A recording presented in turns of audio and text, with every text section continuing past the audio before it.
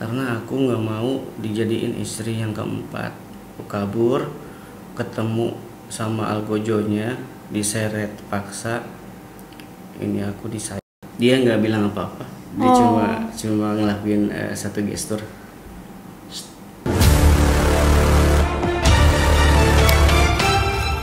Hey guys, it's Nessie and welcome back to Neror Interrogation Room. Kalau kalian belum subscribe ke channel ini, jangan lupa klik tombol subscribe-nya. Hari ini aku ditemani oleh Arendi. Bener ya ngomongnya Arendi? Betul kan sih. Aku bacain sedikit profilnya tentang Arendi ya. Randy Manggala adalah seseorang yang memiliki kemampuan spesial, yaitu indigo. Arendi aktif di sebuah channel YouTube bernama Misteri Tapal Batas, sebuah podcast horor yang melihat suatu fenomena secara retrokognisi dan metafisika. Melalui video-videonya, Misteri Tapal Batas mencoba memberi edukasi kepada penonton untuk tidak selalu percaya dengan video-video penampakan hantu yang tersebar di media sosial. Wow, mirip-mirip kita ya. Aku juga suka banget debunking video-video horor yang tersebar, tapi lebih kayak aku suka membahas bareng sama neroris gitu, dan menanyakan apakah mereka percaya atau enggak. Kalau misalkan Arendi nih kan udah ada kayak kemampuan lebih daripada kita-kita yang merupakan orang awam. Berarti ketika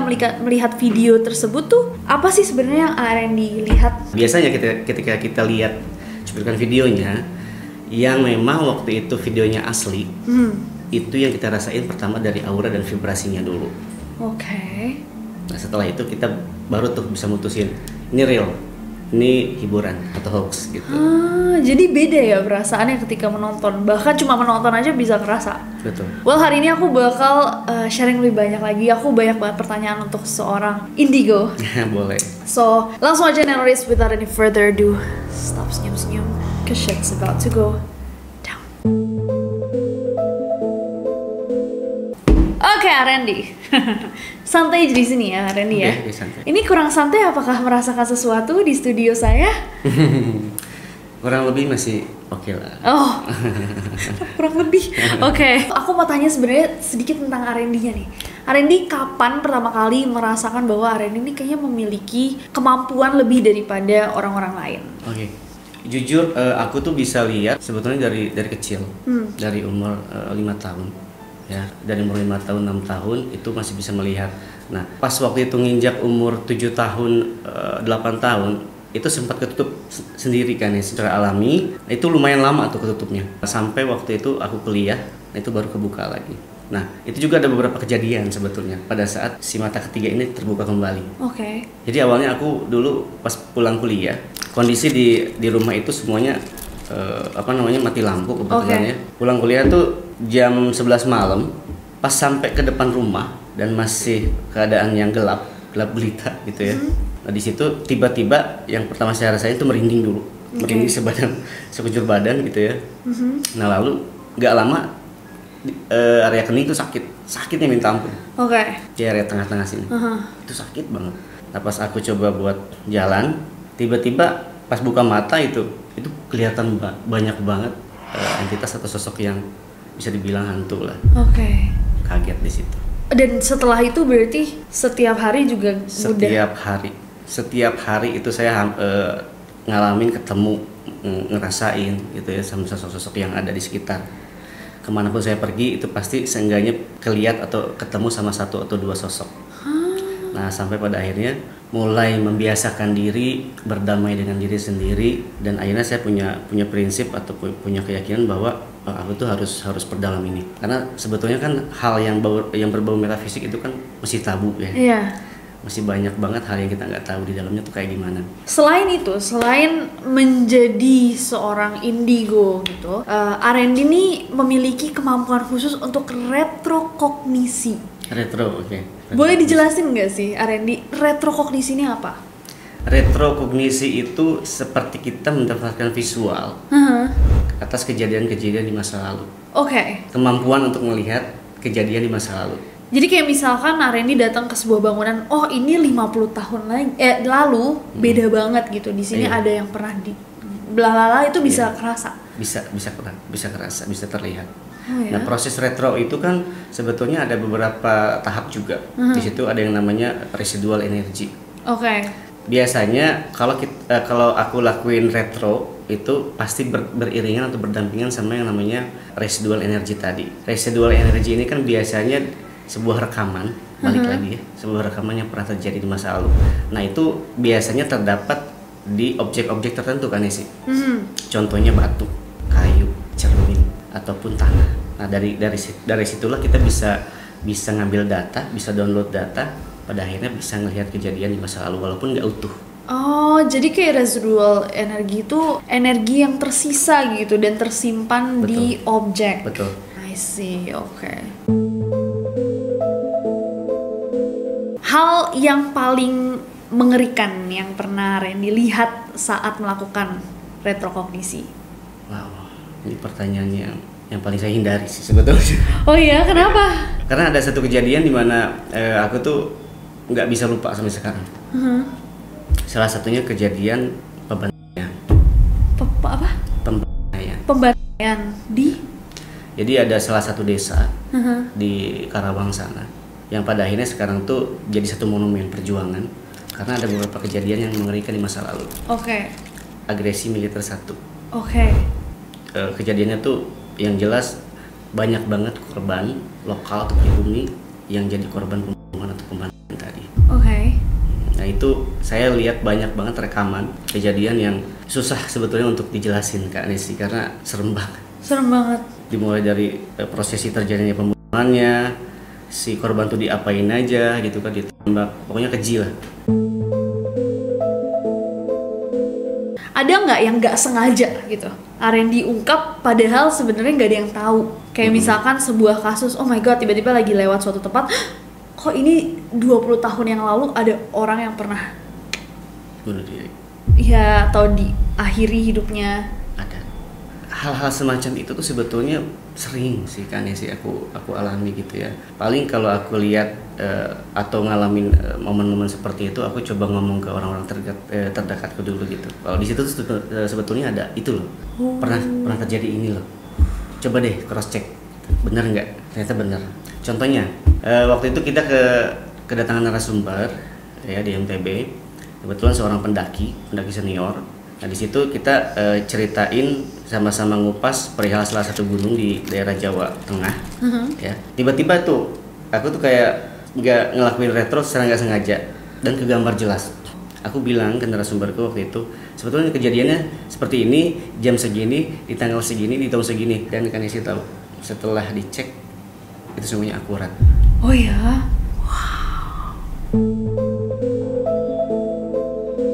Tapi kalau misalkan bisa melihat masa lalu, apakah R&D juga memiliki kemampuan untuk melihat masa depan? Ini kok kayak dijebak gitu ya.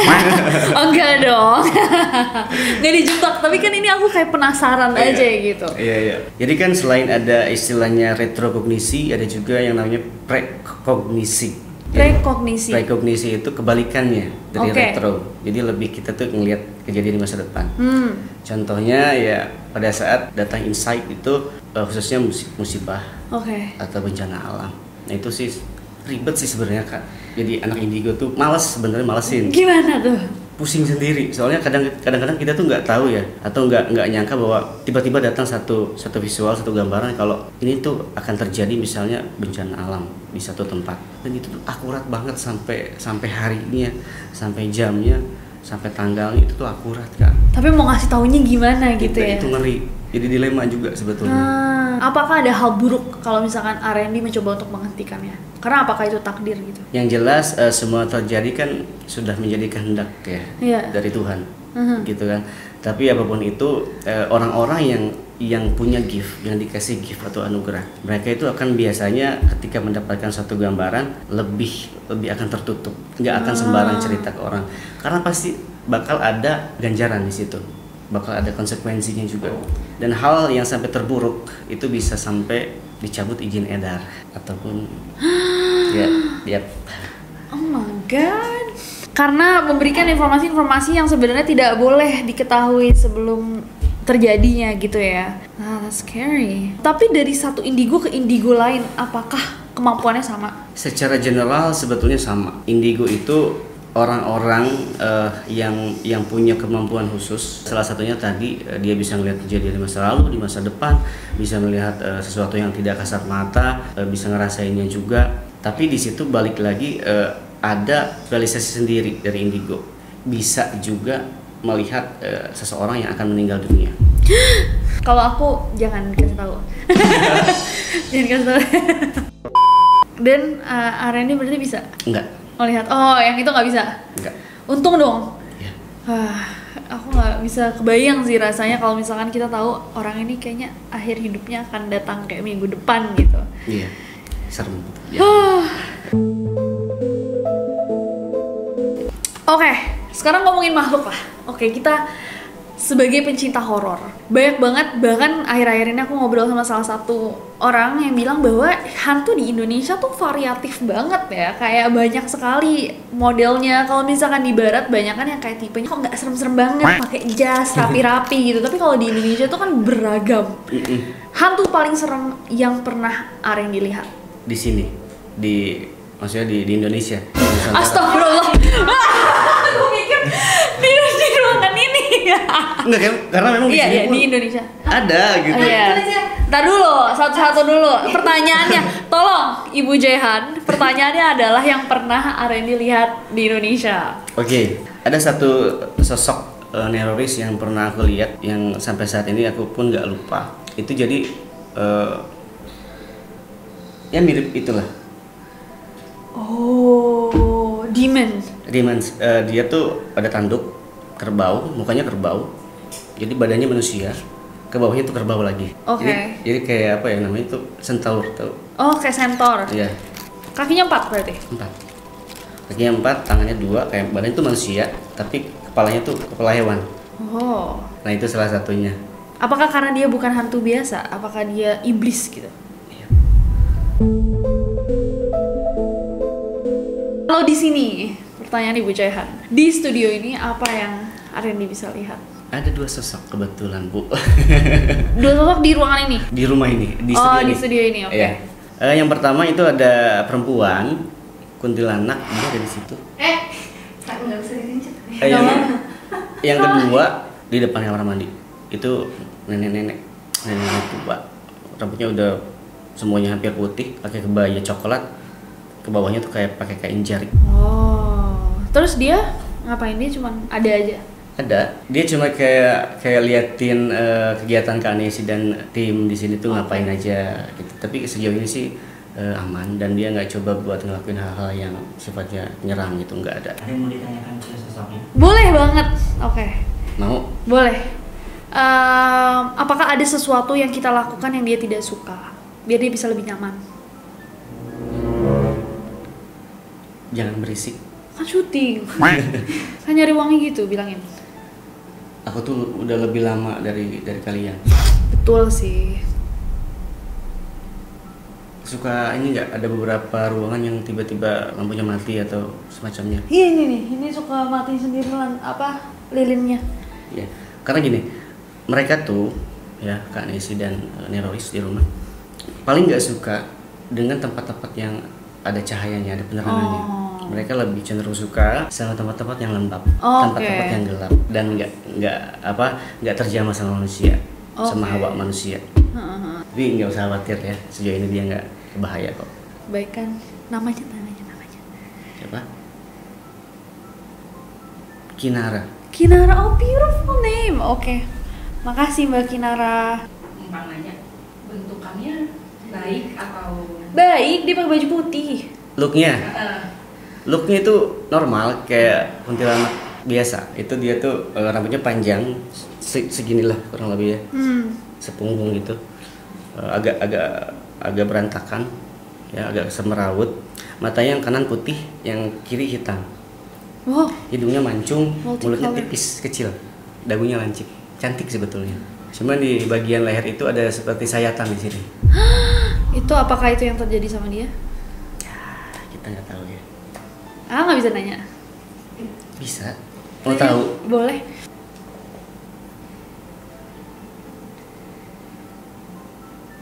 Oke. Jadi dulu tuh dia meninggal beberapa ratus tahun ke belakang. karena sebuah sayatan golok sama salah satu tuan tanah, dia bilang. Kenapa? Karena aku nggak mau dijadiin istri yang keempat. Akhirnya aku kabur, tapi waktu itu ketemu sama algojonya, diseret paksa. Ini aku disayat, dia bilang gitu. Sampai aku meninggal di dekat salah satu sumur di dekat sungai. Sedih banget. Kalau misalkan orang meninggal dalam kesedihan seperti itu, apakah energi sedihnya tuh akan... Kalau yang di depan tahu namanya siapa? Dia nggak bilang apa-apa. Dia cuma ngelakuin satu gestur. Oh iya, maaf. Oke. Tadi kan kita sempat ngobrol-ngobrol tentang retrokognisi dan juga kemampuannya R&D untuk melihat sebuah fenomena yang terjadi jauh di masa lampau kan. Yep. Nah, ada nih salah satu cerita neroris juga. Kita jadi punya segmen R&D di mana kita meminta neroris untuk mengirimkan cerita horor mereka sendiri dan kita bacakan cerita horor tersebut. Ada salah satu pengalaman yang seru banget. Judulnya tuh Jalur Tak Kasat Mata. Nah, di pengalaman ini tuh terjadi di daerah Situbondo, di mana dia dengan grup pesantrennya itu ingin mencapai suatu tempat. Dibagilah jadi 3 mobil untuk mencapai tempat tersebut. Dari 3 rombongan ini, rombongan terakhir itu tiba-tiba tersasar gitu ke daerah yang berbeda sama 2 mobil depannya. Nah, mobil ketiga ini karena lelah, semuanya juga bingung mereka ada di daerah mana, akhirnya mereka stop di salah satu restoran dan semua orang kecuali 1 orang yang waktu itu lagi kurang enak badan, dia tuh stay di mobil, sisanya makan di restoran tersebut. Nah, ketika mereka keluar, akhirnya mereka mencapai nih suatu tempat kayak perhentian di mana mobil 2 lainnya juga muncul, tapi semua orang di mobil ketiga ini tiba-tiba muntah daun, abis itu ada cairan hitam, sampai ada yang pingsan gitu. Akhirnya mereka mencoba untuk menapak tilas kan, kayak ketika mereka balik, emang kita kemarin lewat di mana sih, restoran mana, dan begitu mereka datang ke tempat tersebut, ke titik yang persis di mana mereka makan di restoran tersebut, gak ada apa-apa, malah itu adalah sebuah jurang. Jadi kayak benar-benar di ujung jurang yang kalau misalkan mereka salah duduk atau salah jalan, mereka bisa aja jatuh ke jurang gitu. Oke. Arendi bisa nggak sih merasakan dari cerita tersebut gitu, apa sebenarnya yang terjadi? Sebetulnya pada saat Kak Nesi cerita, aku tuh udah dikasih beberapa data. Iya. Gitu ya. Ada beberapa gambaran yang aku dapat di situ. Iya, tadinya sebelum syuting guys, aku udah kirimin dulu materinya, jadi Arendi bisa ngeliat gitu tempatnya tuh sebenarnya di mana dan apa yang terjadi gitu. Oke. Ini yang terjadi sama 3 rombongan ini ya, khususnya 1 mobil yang terakhir yang pada saat waktu itu masuk ke salah satu restoran. Jadi secara nggak langsung mereka itu seakan-akan dipaksa atau nggak sengaja masuk ke salah satu dimensi astral, yang waktu itu kebetulan sedang terbuka dimensinya, portalnya. Mereka masuk ke sana dan ketemulah satu kedai atau restoran yang sebetulnya berasal dari dimensi yang lain. Oke. Saya bahkan di visual yang saya dapat itu saya bisa lihat tuh warna mobilnya hitam, orang yang di dalamnya ada 4 orang. Terus kedainya nggak terlalu besar, gaya bangunannya tuh klasik dari bilik bambu, ya nggak terlalu besar. Di depannya itu ada semacam kursi yang panjang, ya ada kursi yang panjang di depan dan di samping. Jadi warung itu kayak prasmanan konsepnya. Oke. Dan di depannya itu ada satu sosok sebut saja Simbo, perempuan tua yang menjadi penjualnya. Nah, pada saat mereka makan mungkin mereka nggak sadar kalau yang mereka makan tuh sebetulnya bukan makanan manusia. Karena sebetulnya kejadian itu tuh udah sering banget kan di tempat itu. Dan biasanya terjadi di malam-malam tertentu. Jadi kebetulan mereka hari itu datang di malam yang salah gitu ya? Ya, yang saya lihat itu makanan yang sebetulnya disajikan itu ada beberapa daun kering warnanya hijau, piring dari dari tanah liat, cairan hitam, itu sebetulnya lendir dari sosok nenek tadi. Lendir nenek itu sendiri? Liur plus cairan yang keluar dari badannya dia. Dan itu baunya busuk banget dan menjijikan. Oh no. Makanya habis itu mereka semua pada muntah-muntah. Iya. tapi itu kenapa sih? Kayak apa objektifnya gitu? Apakah emang mereka dalam malam-malam tertentu mencari orang gitu? Kenapa dari 3 rombongan ini cuma satu yang akhirnya kesasar ke sana, atau emang kebetulan aja mereka mengambil arah yang salah gitu? Ya, dari pandangan saya sebetulnya ada salah satu orang yang ada di mobil ketiga tadi yang sebetulnya punya weton yang kebetulan bertabrakan dengan kondisi astral di sana. Ya, Prabu Pahing salah satu orang yang waktu itu ikut dalam mobil tersebut. Orangnya perempuan berkerudung. Dan sebetulnya orang yang lahir di hari itu tuh astral di sana tuh nggak suka. Entitas di sana tuh nggak suka. Dan pada akhirnya memang sudah seperti dipersiapkan atau menjadi sebuah skenario kan sih. Pada akhirnya mereka masuk, makan, dan akhirnya sampai muntah setelahnya. Arendi, thank you so much udah datang ke Neror, seru banget. Sama-sama. Dan semoga diskusinya juga lumayan mencerahkan kita semua. Dan jangan lupa guys untuk ngecek channelnya Arendi, apa tadi Kak? Jangan lupa juga dukung channel aku di Misteri Tapal Batas ya. Karena jangan lupa juga untuk like, subscribe, Yoi. komen sebanyak-banyaknya. Dan jangan lupa untuk nonton video kita di Misteri Tapal Batas, bakal seru banget. Thank you so much Arendi. Sama-sama, Kak Nesya. Jangan lupa subscribe guys, sekarang gak sabar untuk ketemu kalian lagi. Bye bye.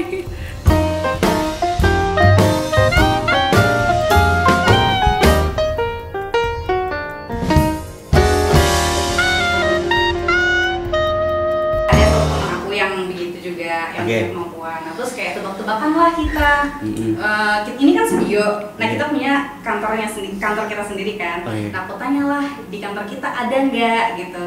Ada. Nah, terus aku tebak di belakangnya gitu kan. Iya, kok tahu?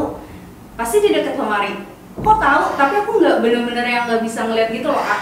Ngerasain aja ngerasain vibes-nya. aja, kayak feeling gak enak gitu, kadang kayak Nah inilah salah satu ciri kalau kita tuh pada dasarnya punya indera keenam. Indera keenam itu kan datang dari intuisi dan naluri, dari Ya. feeling. mm-mm. Kepekaan itu datang dari feeling. Ini salah satunya. Apakah bisa disebut indigo? Iya. Oh.